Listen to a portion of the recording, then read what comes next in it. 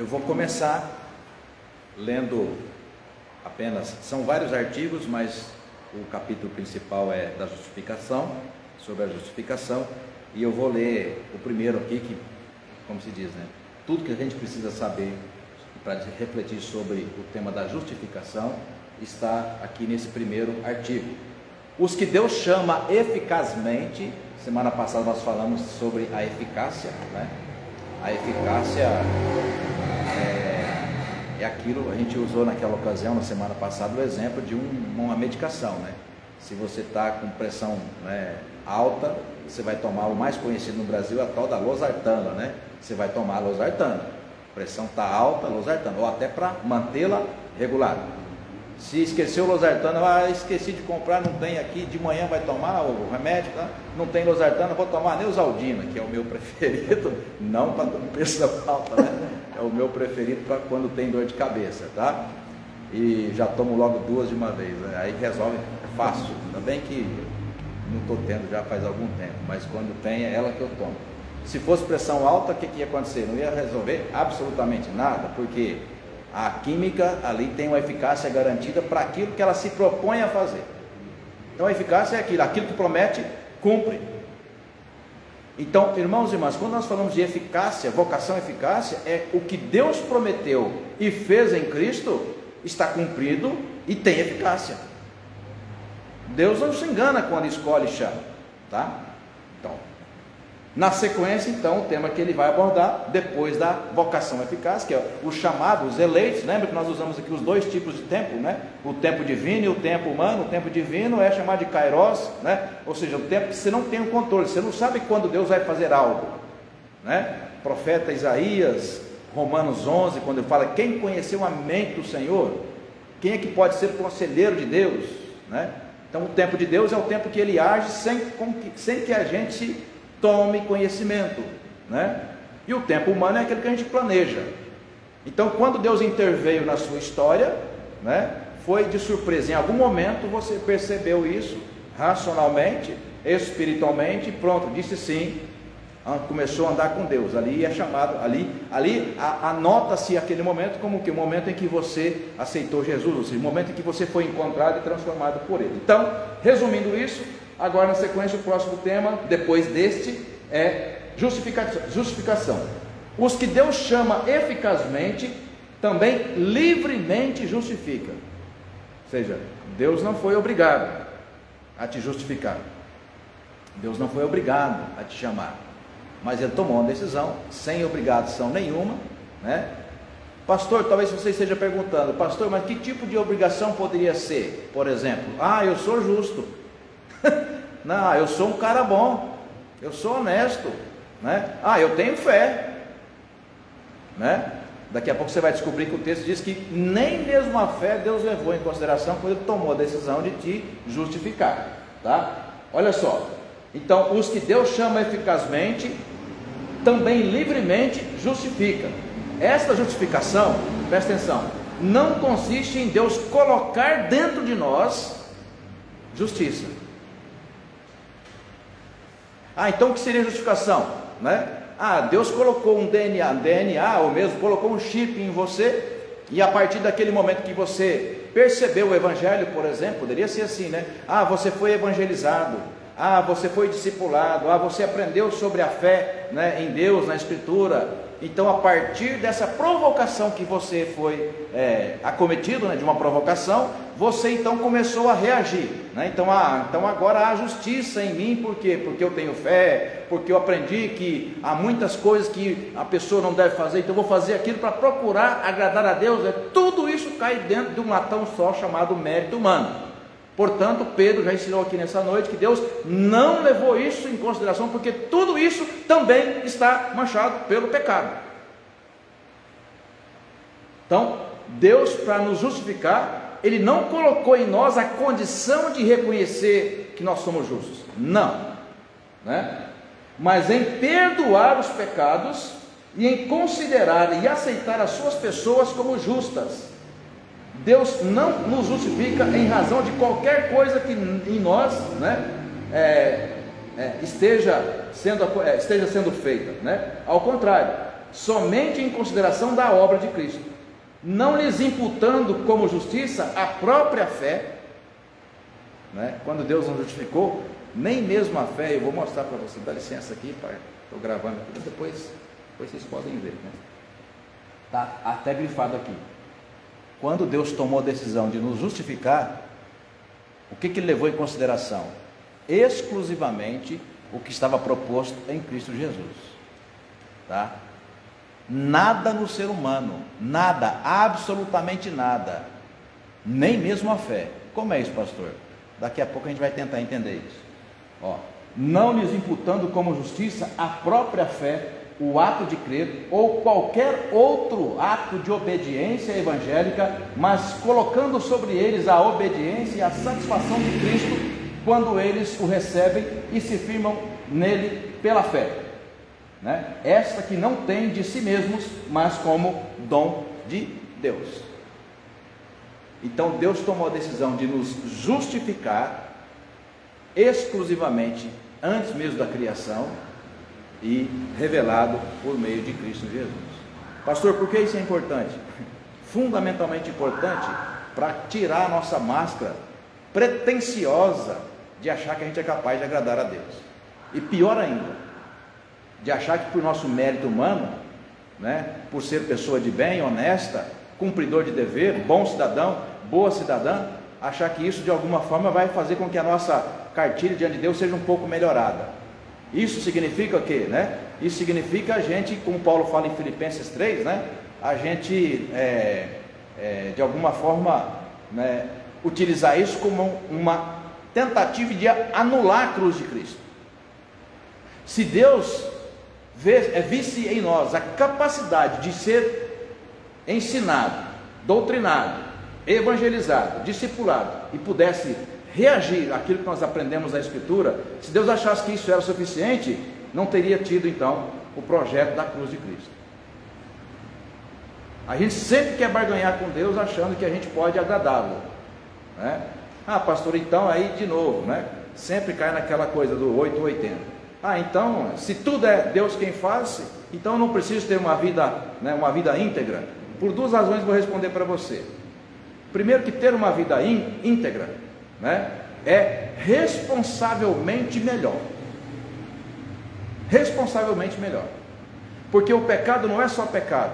Na maioria das vezes o pecado, além de ser contra Deus, ele é contra nós, a nossa saúde mesmo, ele é contra o nosso relacionamento social, e ele é contra inclusive o Estado. Por exemplo, né, um crime contra a vida, crime contra o sistema financeiro, crime contra a ordem do trânsito, e uma série de coisas, né? Então o pecado não é só uma relação de fugir do propósito de Deus para ter uma vida, né, uma vida boa, né? O pecado também é um pecado social, ou seja, ele envolve a nossa condição onde nós existimos. Portanto, eu vou trabalhar para especificamente trabalhar o tema da justificação.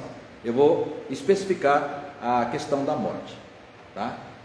Por que, né, Cristo teve que morrer? Tem um teólogo lá do primeiro século, aliás, da Idade Média,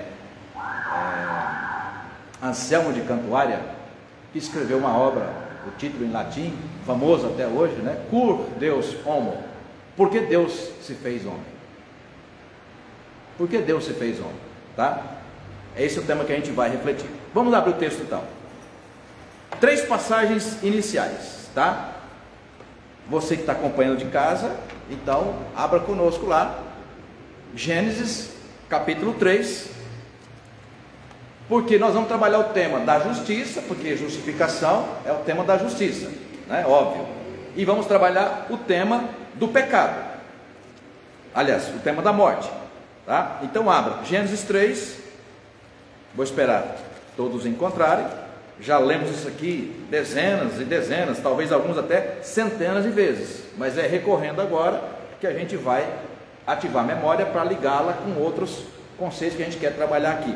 Leia aí, Selma, fazendo um favor. Gênesis 3, verso 3. Mas o fruto está no meio do jardim de Deus. Dele não comereis, nem tocareis nele, para que não morrais. Exato. Então vamos pensar na ideia de ausência do pecado. Se tem uma ausência, Lilian, do pecado, significa que o ser humano, então, até ali projetado no jardim, está em completa e perfeita harmonia com Deus. Então, lembra a expressão que a gente acabou de ler em Pedro, né? Sede santos, porque eu sou santo. Então, sem o pecado, nós também estávamos santos na comunhão do Pai, não divinos. Sempre falamos isso aqui. Nem antes da queda éramos divinos, e nem mesmo depois da consumação dos séculos, quando a gente for para a glória de Deus na eternidade, também o seremos. Não, nós seremos santos como Deus o é, divino apenas Ele. Então, na comunhão, na harmonia da comunhão, Marcos, do ser humano antes do pecado no paraíso, né, havia o que ali? Uma vida de completa harmonia, e o ser humano era santo. Era santo. A lei nasce exatamente com a disposição que Deus coloca. Lei é a regulação das ações. A lei é lei até hoje. A lei representa a regulação das ações. Quais ações? A sua ação, Milton, pode ser, né, um ato que prejudica, né, a liberdade do outro. A minha ação pode prejudicar a sua liberdade. Então, para que as nossas ações estejam tipificadas, onde haja paz numa sociedade, nós precisamos criar códigos, chamamos de leis, regulando as nossas ações. Então Deus coloca essa condição para Adão e Eva: olha, vocês têm tudo aqui que vocês querem e necessitam, apenas a regulação das ações. Olha, agora aqui essa árvore é o limite de vocês, aqui vocês não podem, é a lei, nasce a lei ali, vocês são livres, vocês podem inclusive ir lá e comer. Só que aí há a tipificação da atitude, né? Por exemplo, pensando em morte, né? Você pode pegar o carro. A Marlene, você dirige, Marlene? Né? A Lília dirige, né? A Lília pode pegar o carro, lembrar a época de juventude, né? E na João Ramalho ali andar a 80, a 100 e a 120 por hora. Pode, né? Mas de repente ela pode encontrar um ciclista, ela pode encontrar um pedestre, ela pode ter, né, um descontrole ali, de repente um lapso, né, de vista, e pode atropelar alguém. Todos nós estamos sujeitos a isso, mesmo sem estar embriagado. Acidente, né? Bom, aí essa atitude, por mais que seja uma atitude, não estava embriagada, mas afinal de contas ali é 60 por hora, né? Então essa regulação existe para que você, né, inculta na cabeça: olha, eu não posso tudo, eu tenho limites, né? Então a partir do momento que Deus diz àquele casal: olha, aqui é o limite de vocês, porque o dia que vocês traspassarem, né, esse limite, vocês vão conhecer a morte, tá? Então, por que a morte existe? A morte existe porque foi uma escolha humana, ela acontece, e Deus coloca para fora dessa harmonia perfeita, chamada de Éden, paraíso, Deus coloca para fora a humanidade. Então, a partir daquela narrativa bíblica, nós conhecemos que o ser humano morre porque foi uma escolha pessoal, né? A morte acontece desde quando o ser humano tem consciência, né, de que fez uma escolha, né, para viver fora dessa harmonia com Deus. Próximo texto, Êxodo, capítulo 12, vamos todos encontrar, Êxodo, capítulo 12, eu vou ler, Lilian, por favor, leia o verso 5, Bina, leia o verso 26 e o verso 27, por favor. Êxodo, capítulo 12, verso 5. O cordeiro será sem defeito, macho de 1 ano, podereis tomar um cordeiro ou um cabrito. Ok, então, por que eu estou pegando já logo no começo aqui? Porque você tem logo no começo da Bíblia, Gênesis, você tem a descrição da queda do ser humano, ou seja, o ser humano que antes vivia a santidade ao lado de Deus, vivia a harmonia, vivia a comunhão. A partir do momento que ele desobedece, né, Ele descumpre uma lei. Então, gente, na justiça, descumprir uma lei, Paulo, desde o Antigo Testamento, a linguagem foi essa da justiça. Novo Testamento vai seguir na mesma direção, ou seja, esse empréstimo de sentido de uma sociedade organizada. O que é uma sociedade organizada? Acabamos de descrever aqui, aquela onde existem códigos que regulam as ações humanas, né? Então existe uma lei, você não pode andar a 120. Caso andando a 120, né, além da multa, pode acontecer uma tragédia. Acontecendo a tragédia, a lei tem que ser aplicada, né? A lei tem que ser aplicada. E quais são as penas? Também estão tipificados no Código Civil e Código Penal. Houve óbito, a pena é grave, né? Por quê? Uma tentativa de reparação de um ato que desorganiza uma sociedade que vive em harmonia. Desorganiza. Então, para manter a ordem, a justiça tem que ser feita, né? Para manter a ordem. Então, quando o ser humano é ejetado, ele é jogado, né, catapultado para fora da harmonia com Deus, essa relação de santidade é prejudicada. Deus continua santo, o ser humano agora é o quê? É pecador. Então a harmonia não existe mais. Daí a expressão chamada de queda, ou seja, houve um desajuste. Aquilo que antes estava estruturado numa relação harmônica de comunhão não existe mais, foi quebrado, né? E a lei vai ser o quê? Praticada, ela vai ser executada. Qual que é, né, o preço tipificado lá? É a morte. Então Deus não é injusto, ao contrário, né, está colocando em prática aquilo que era o quê? Para eu ter comunhão com você, Deus dizendo assim, linguagem minha, né? Para eu ter comunhão com você, nós dois precisamos ser iguais. Iguais não na natureza, mas na relação do quê? Né? Ali de comunhão. Sede santo porque eu sou santo. O dia que você deixar de ser santo, eu não posso mais ter relação com você, de intimidade. Nós nos tornamos diferentes, opostos. Daí a linguagem de sagrado e profano. Então, no que o ser humano foi jogado para fora da harmonia, do paraíso, da comunhão com Deus no Éden, ele não só perde a relação com Deus, torna-se alguém profano, pecador, e agora experimentando fisicamente também, experimentando a morte. No próximo livro, você já vai ter a relação de comunhão, ou seja, todo o propósito de Deus que vai nascer para recuperar. Próximo livro nada, já começa em Gênesis mesmo, né? Capítulo 6, com a arca, né? A ideia de que Deus, o dilúvio, vai tirar o pecado da terra, como uma família protótipo, né? Seria a repetição do Éden, né? Em outros termos, né? Mas o ser humano, o pecado está nele. Então, matou a humanidade, pelo menos na narrativa bíblica, né? Dizima a humanidade a partir ali daquele casal, né? E dos seus filhos, Noé com a esposa e os filhos. O pecado está lá dentro da arca, não tem jeito, né? Está lá. Bom, o texto que a Lília leu mostra o quê? Deus já, desde o primeiro momento, e aqui para dizer que não é coincidência, gente, que as coisas foram acontecendo e coisas novas foram surgindo para Deus então justificar o ato salvífico. Não, desde as primeiras páginas da Bíblia você já vê toda uma construção que vai ser afunilada até chegar em Cristo. Por exemplo, Deus já fala numa linguagem de aliança com o povo a partir do Êxodo. Olha, a forma de vocês purificarem, né, o povo será por meio do quê? Do cordeiro. E quando diz que o cordeiro tem que ser sem defeito, é uma ação simbólica, porque Deus é sem defeito, Deus é santo. Então, para ser igual a Deus, ele precisa de algo também semelhantemente santo. Então toda essa linguagem, presbítero Milton, da construção da santidade de Deus será de forma muito bem simbólica, né? Muito simbólica, será minuciosamente detalhada em todo o Antigo Testamento até chegar em Jesus.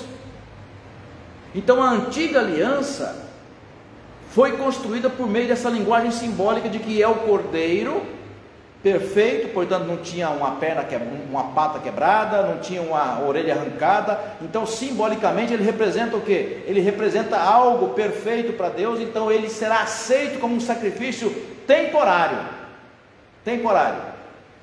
E aí você pega o texto. Bina, pode ler, por favor, os versos 26 e 27 aí de Êxodo 12.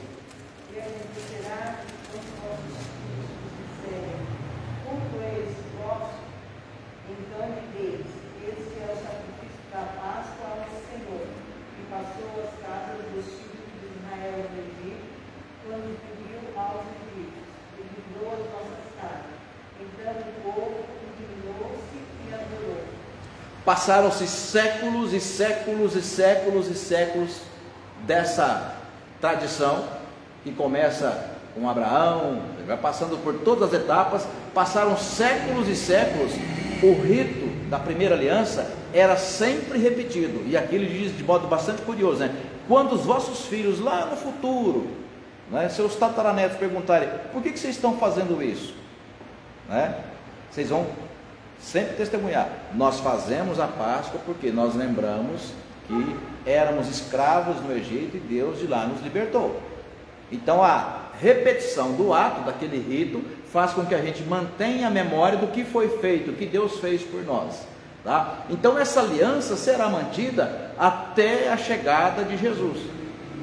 Quando Jesus, essa semana é a semana pascual, quando Jesus vai celebrar com os discípulos, todos os judeus, na semana pascal, foram surpreendidos na hora da ceia, porque ao celebrar, ele não faz menção mais ao Egito, porque a salvação não é só para os judeus, vem dos judeus, mas é para todo, grego, gentil, muçulmano, para toda a face da terra, né? Então o meu corpo, esse é o meu corpo, né? E esse é o meu sangue. Então percebe, corpo e sangue, de novo fazendo menção ao antigo cordeiro do Antigo Testamento, que era imolado no altar, queimado algumas partes, o sangue derramado na terra e o aroma, ou seja, a fumaça que subia, um gesto simbólico, seria o que? Agradável a Deus, porque aquele animal era um animal sem defeito. Então a ideia de que o sacrifício vai fazendo menção, preparação até a chegada de Jesus. Próximo texto, Êxodo 29, aqui um pouco mais ainda claro, né? Um pouco mais claro sobre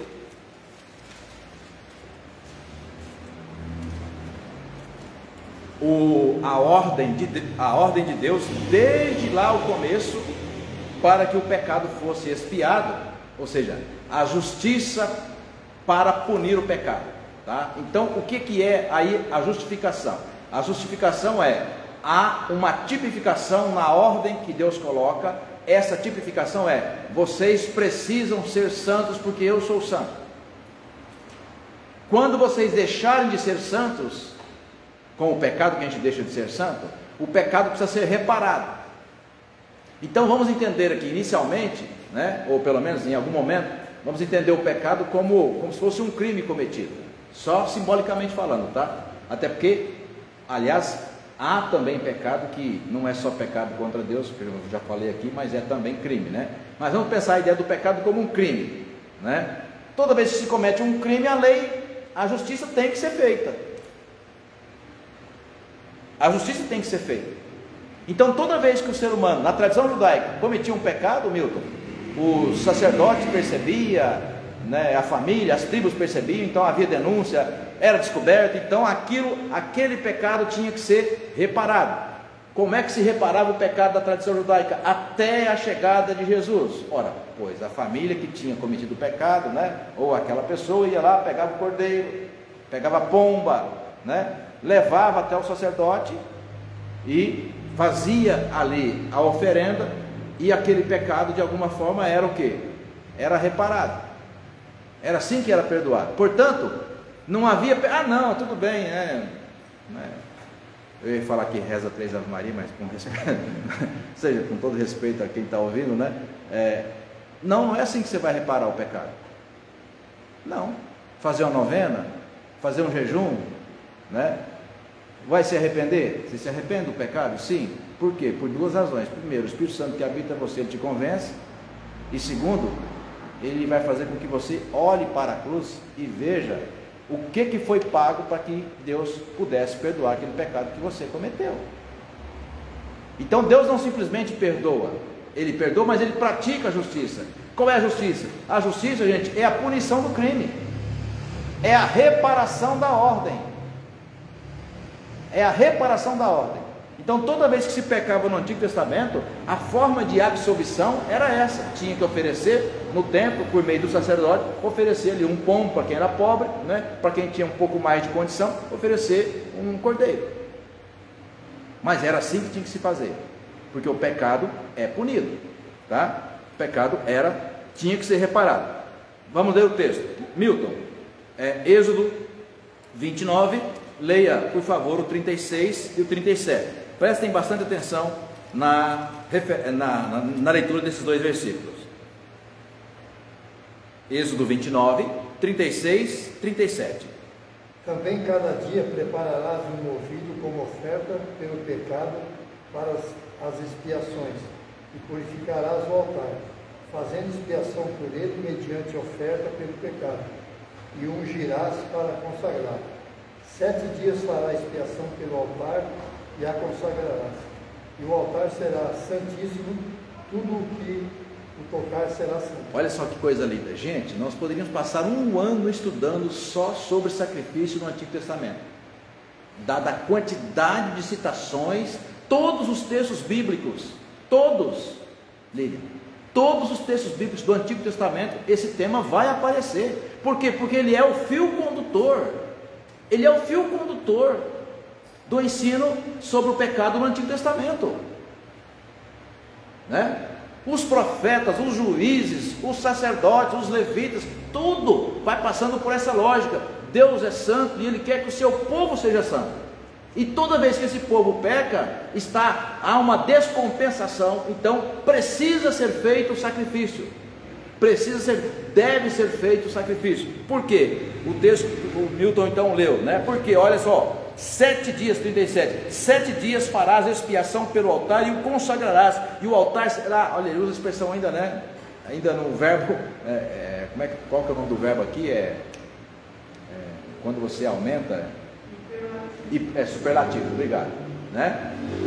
Tem que ser santíssimo, porque Deus é santo, ou seja, Deus não suporta o pecado. Vou fazer uma pergunta para vocês valendo um chocolate, tá?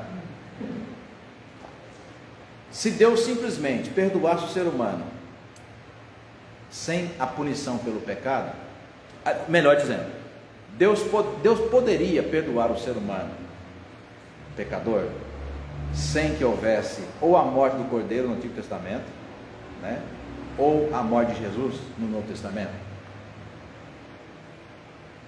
Eu poderia perguntar diferente: por que Deus não perdoou o ser humano no Antigo Testamento e no Novo Testamento, sem exigir como contrapartida a morte do Cordeiro e depois no Novo Testamento a morte de Jesus? Por que Deus não nos perdoou sem que houvesse morte? Alguém quer responder? Deus não poderia nos perdoar sem que Jesus tivesse que morrer?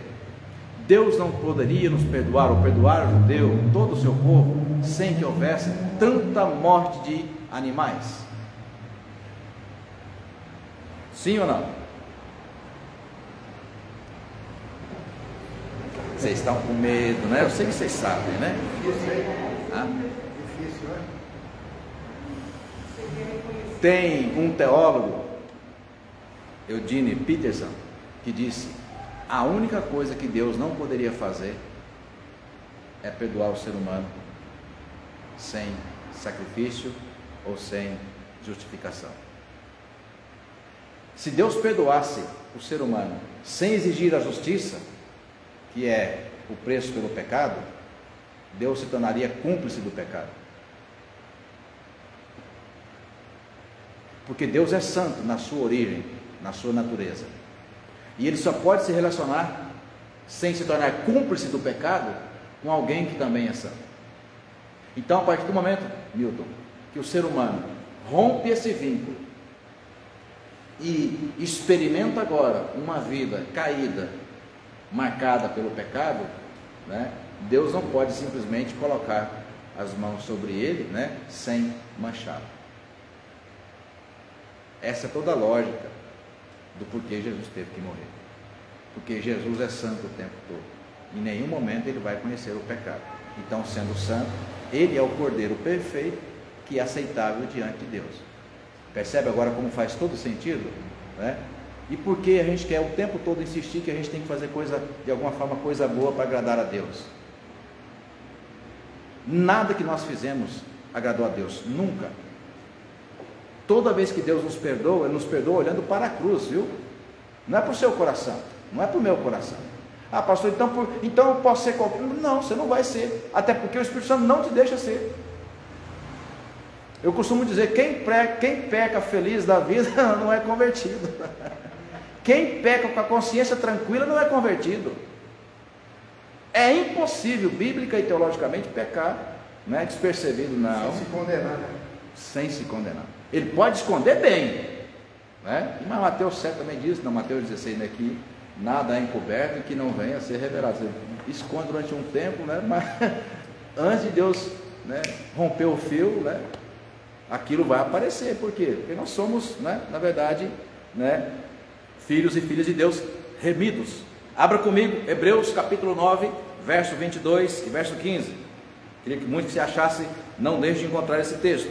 Hebreus 9, olha só, uma das informações importantes sobre essa ideia de Deus não perdoar o pecado sem exigir contrapartida da punição pelo pecado. E aí, sobejamente, a quantidade de textos bíblicos que apontam a mesma direção do que eu vou mostrar, que vocês vão ver aqui.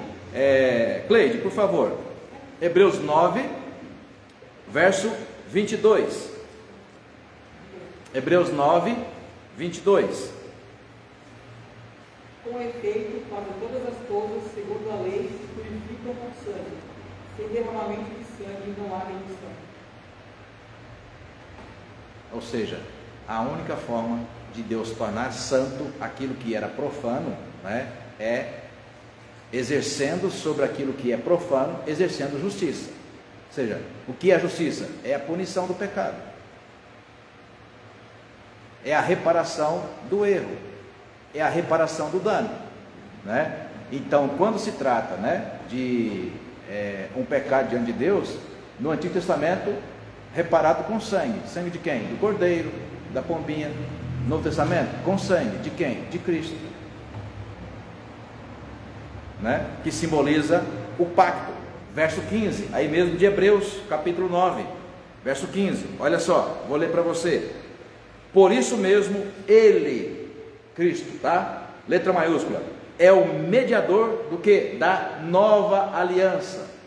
A antiga aliança, o pecado, Lilian, era punido por meio do que? Era-se feita justiça por meio do cordeiro, do pombinho, do sacrifício que era imolado no altar. O sacerdote fazia isso, até chegar a nova aliança, Páscoa, a semana que nós estamos. Ou então, de novo, verso 15, por isso mesmo, Cristo, Ele é o mediador da nova aliança, a fim de que, intervindo a morte para a remissão das transgressões que havia sob a primeira aliança, mais claro do que isso não tem como ser, sob a primeira aliança, recebam a promessa do que dá eterna herança àqueles que têm sido chamados,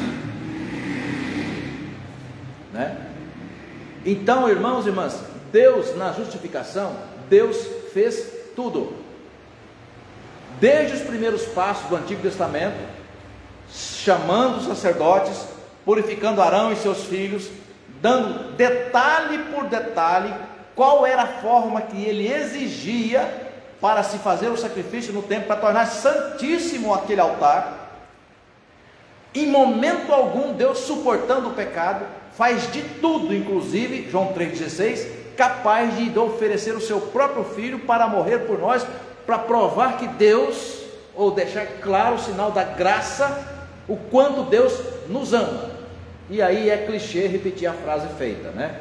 Deus ama o pecador, ainda que abomine o pecado. Então Deus não nos perdoa simplesmente sem praticar a justiça. Sempre o pecado vai ser reparado por meio da justiça divina, que é santa, né? Ah, pastor, então toda vez tem que ter a punição? Não, toda vez tem a punição, mas qual a punição? Aquela que foi feita de modo perfeito e irrepetível, apenas memorável. Então toda vez, Milton, que Deus perdoa o seu pecado, Ele perdoa olhando para a cruz. Foi lá que Cristo, ou foi lá que Deus nos, aliás, nada melhor do que citar o texto bíblico, né? Abra comigo aí, Paulo trabalha exatamente isso, o apóstolo Paulo trabalha exatamente essa mesma linguagem, falando dessa relação. 2 de Coríntios, capítulo 5. Na 2 de Coríntios, capítulo 5,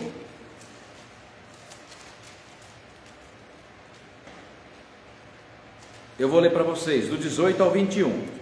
2 de Coríntios, capítulo 5, veja que passagem extraordinária. Olha só, desde o 18 até o 21. Ora, tudo provém de Deus, que nos reconciliou com quem, gente? Consigo mesmo. Por meio de quem? De Cristo. E nos deu o ministério da reconciliação, a saber que Deus estava, olha só, Deus estava, Selma, aonde? Em Cristo, reconciliando o quê? Consigo mesmo. Então é assim, olha, eu aceito essa justiça que está sendo feita, ou seja, o pecado está sendo punido. Então é Deus quem está fazendo isso, e fazendo consigo mesmo, Pai, Filho e Espírito Santo. A mensagem que eu coloquei hoje na minha página, anunciando sobre o nosso encontro hoje, ou seja, a reconciliação, a justificação, a doutrina da justificação é toda ela projetada, executada e consumada pela Santíssima Trindade. O ser humano é absolutamente passivo quando se fala de perdão de pecados. Pastor, mas então o ser humano, biblicamente, né, a nossa condição, até a fé, Deus colocou em nós, e não bastasse isso, porque a fé pode ser uma semente. Jesus contou sobre a parábola do semeador, né? A fé pode encontrar em nosso coração uma terra árida, uma terra chinfrim. Então, para não correr esse risco, aos eleitos de Deus, Ele dá a fé como semente, coloca lá, aí Ele pega, o Espírito Santo vem cá e faz assim, ó, sopra. Aí, como falamos na semana passada, Selma, né? Ah, mas então Deus tolhiu minha liberdade, eu não faço nada. Eu não faço nada na salvação? Sim, você não faz nada. Ah, mas e o meu direito de escolha? Tá bom, mas você reclama da salvação? O que Deus fez na sua vida é extraordinário, maravilhoso. Você vai reclamar? A gente reclama de coisa ruim, de coisa boa não. Então Deus fez tudo. Ah, então agora vai dizer para você, agora você está selado. Significa que você está, entre aspas, tá condenado a viver a glória de Deus. Qualquer palavra que você pensar, qualquer atitude que você fizer, tudo que você fizer, absolutamente tudo estará sendo feito na presença do Espírito Santo que selou você, que habita você. Tá? Eu vou terminando aqui. Eu vou retomar esse tema na semana que vem. Com isso, irmãos, nós jogamos por terra toda essa sorrateira prática religiosa, de qualquer religião, e o cristianismo está no meio, né? De a gente desenvolver uma moral religiosa, achando que é por meio dessa moral religiosa que eu vou ser aprovado diante de Deus. Isso é um escárnio diante de Deus. E nós somos muito habilidosos, né? Nós somos muito habilidosos em imitar a religião, né? Já disse aqui e vou repetir, né? Se o Espírito Santo não te convencer de uma vida de santidade, né, esqueça de você tentar ser por conta própria. Se ele não te convencer da função ou da missão, né, da condição de ser uma nova criatura, né, esqueça de tentar fazer isso por meio da religião, porque religião é o que você faz. Santidade é o que Deus fez em você a partir de Jesus, amém? Amém. Olha só, verso 19: a saber que Deus estava em Cristo reconciliando consigo o mundo, não imputando. Que é mais claro do que isso? Imputar, gente, é colocar sobre, né? Colocar uma característica. Não imputando aos seres humanos o que? As suas transgressões, e nos confiou a palavra da ressurreição. Ele continua: de sorte que somos embaixadores em nome de Cristo, como se Deus exortasse por nosso intermédio. Em nome de Cristo, pois, rogamos que vos reconcilieis com Deus. Aquele que não conheceu o pecado, olha só, ele o fez pecado por nós, para que nele fôssemos o quê? Feitos justiça de Deus. Vou concluir aqui para a gente retomar a semana que vem. Então, o que é a justificação? Não é você ter se tornado alguém justo porque você conheceu a palavra do Evangelho, sabe agora qual é o propósito de Deus para você, e agora então você vive uma vida justa, né? Não, não é isso. A justificação não é o que você foi capaz de aprender na palavra de Deus, que deve ser uma vida justa. Não. A justificação foi o que Deus fez em Cristo. Então o pecado foi punido por causa do que Cristo fez no Calvário. Lá o crime foi reparado, não o que nós fizemos, mas o que Cristo fez, né? Então a justiça que nos traz a paz recaiu sobre exatamente o que? O Cordeiro de Deus. Eu não me aguento, eu tenho que citar esse texto, porque senão a gente não termina bem. Abra lá Isaías 53, e eu prometo, é o último texto, até porque 2 minutinhos. Isaías 53.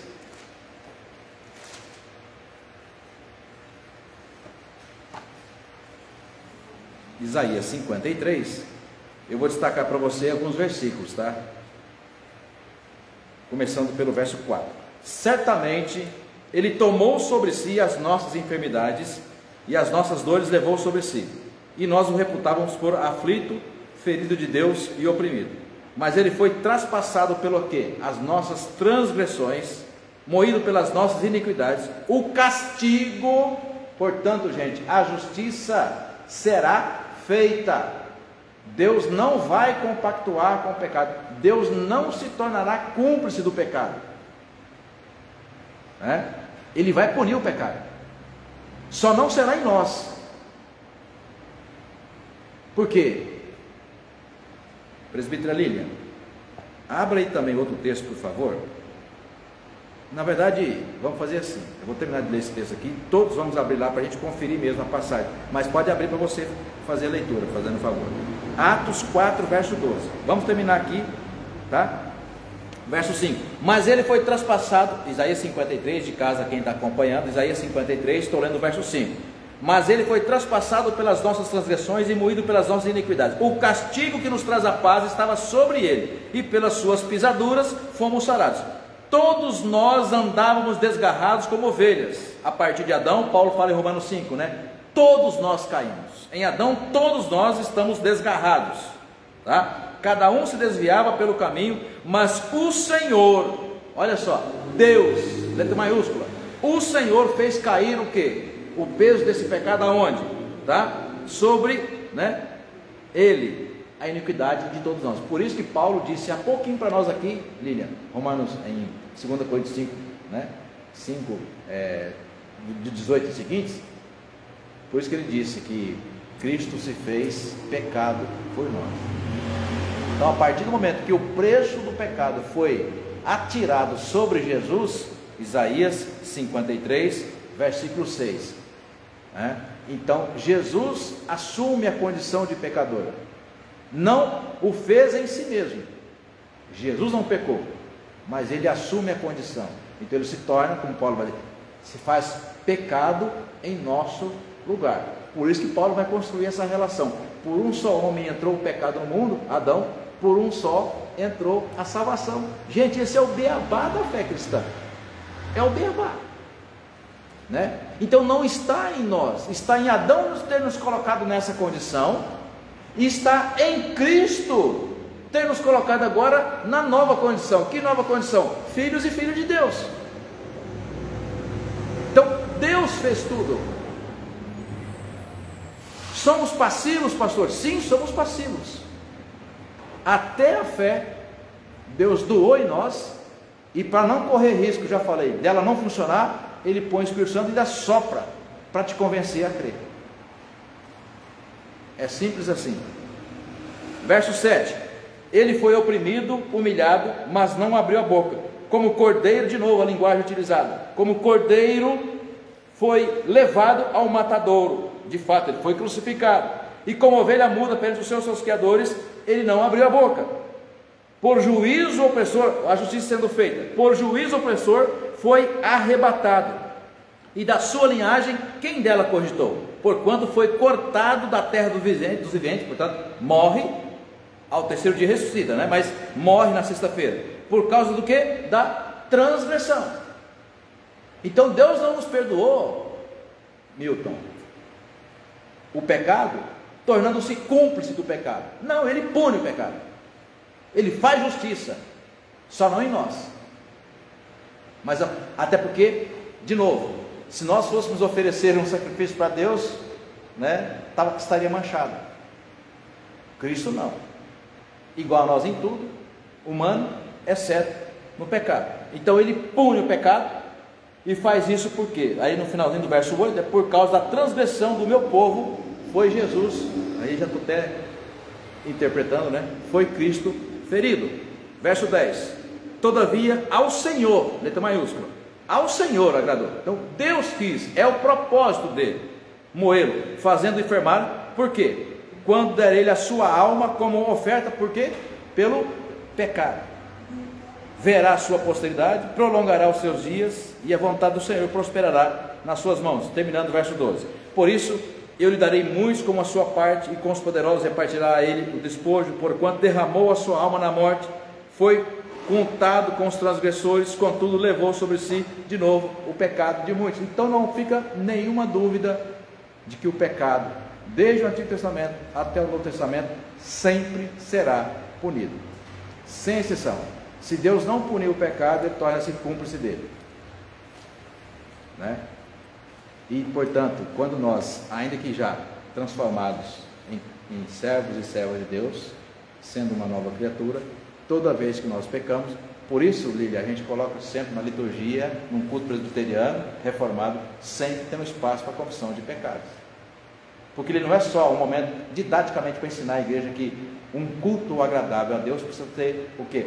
Reconhecimento de que nós não somos aptos, dignos de estar na presença de Deus. Só que a gente faz isso por quê? Porque há uma permissão. Permissão por meio de quem? De Cristo Jesus. De Cristo Jesus. Então toda vez que a gente, pecando, reconhecendo que somos pecadores, sempre Deus vai nos perdoar, sempre. Mas pastor, mas Deus não vai se cansar? Não.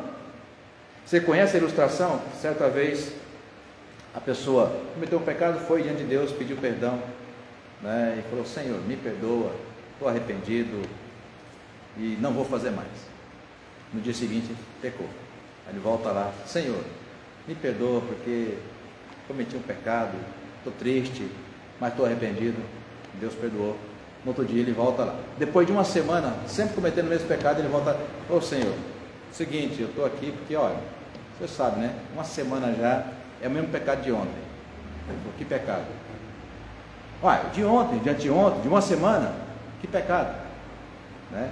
É uma ilustração, palavra do salmista, né? Quando Deus perdoa, Ele lança no mais profundo do abismo e dele não se lembra mais. Sabe quem se lembra? A gente. 30 anos depois, ó, você lembra aquele dia? Né? Você lembra aquele dia? A gente perdoa, mas põe aqui, ó. Caso seja preciso, ele tira e joga na cara. Deus não faz isso. Por quê? Porque quando ele faz, quando ele perdoa aqui, olha lá, a cruz. Quando ele perdoa olhando lá para aquela cruz, porque foi aquela cruz que puniu o pecado que nós cometemos. É lá. Então não é mérito nosso, irmãos. Não é. E aqui não é porque eu sou presbiteriano, não, é porque eu creio nisso mesmo, com toda a base bíblica e teológica. É a leitura que eu faço da Escritura, é essa. O ser humano é passivo quando se trata de salvação. É passivo. Ele não fez nada. Deus fez tudo. Atos 4,12, vou encerrar. Prometo, gente. Você que está de casa aí. Atos 4,12, esse texto é assim. Achem todos, por favor, gente. Esse texto é simplesmente extraordinário. Pode ler o 11 também, Lilian, porque senão a gente fica meio que fora aí do contexto. Atos 4, versos 11 e 12. Este Jesus é pedra rejeitada por vós, os construtores, a qual se tornou a pedra angular. Não há salvação em nenhum outro, porque abaixo do céu não existe nenhum outro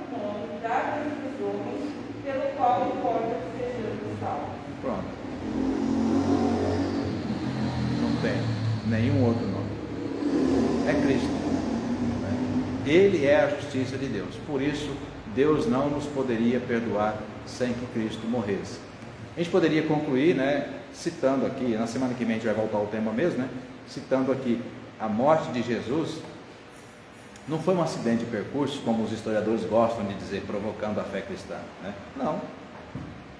Antes mesmo, e muito tempo antes de morrer, Jesus já profetizou que é necessário que o Filho do Homem morra e ressuscite ao terceiro dia.